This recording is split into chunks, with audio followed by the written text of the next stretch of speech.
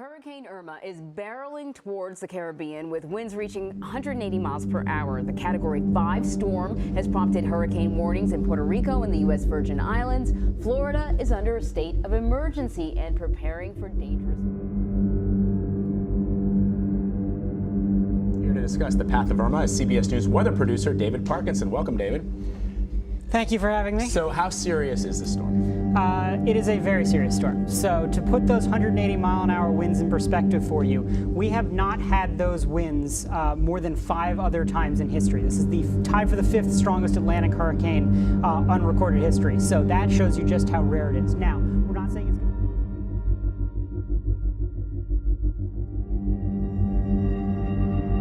The week Hurricane Irma was due to make landfall in the United States, we were scheduled to open our show in Orlando, Florida, right in the storm's path.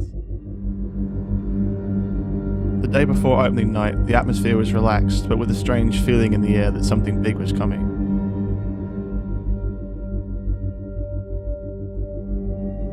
I was being told by members of the cast that grocery stores were already being cleared out of food and water.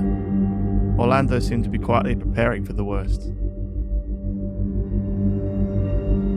We headed into work, waiting to see what the plan was for us and the show.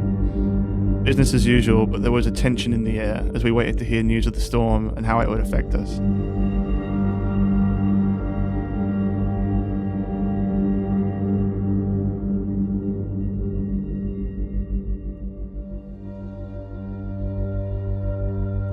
There were lots of conflicting theories as to what might happen, as the storm had become wider than Florida by this point, and parts of the state were in mandatory evacuation.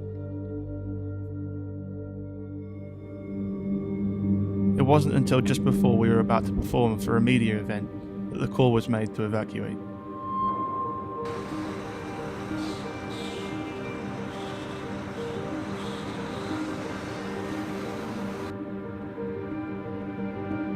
With help from the crew of another show, we hastily loaded out and prepared to drive 17 hours to the safety of New Orleans, Louisiana. By the time we'd loaded out, we only had a few hours to get back to the hotel and pack, because we left for New Orleans at 6:30 the next morning.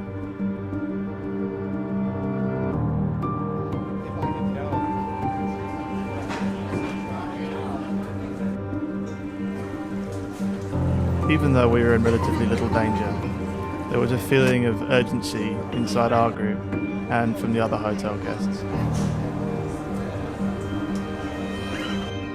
By this point, Irma had already ripped through the BVI's Turks, Dominican Republic and Haiti, leaving total devastation, and was about to go over Cuba. Some of us had family and friends that stood to lose everything when Irma made landfall in the States. In the early hours, we joined the tens of thousands of people evacuating north out of the path of the storm, unsure what was going to happen to those left behind, but hoping for the best.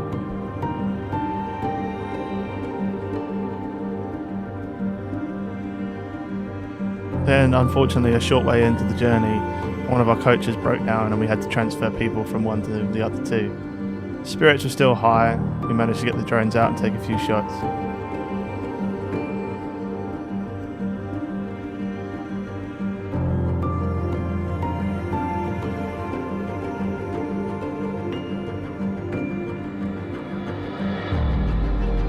Travelling almost 700 miles on a bus isn't comfortable, but it was a small price to pay for being moved to a safer place.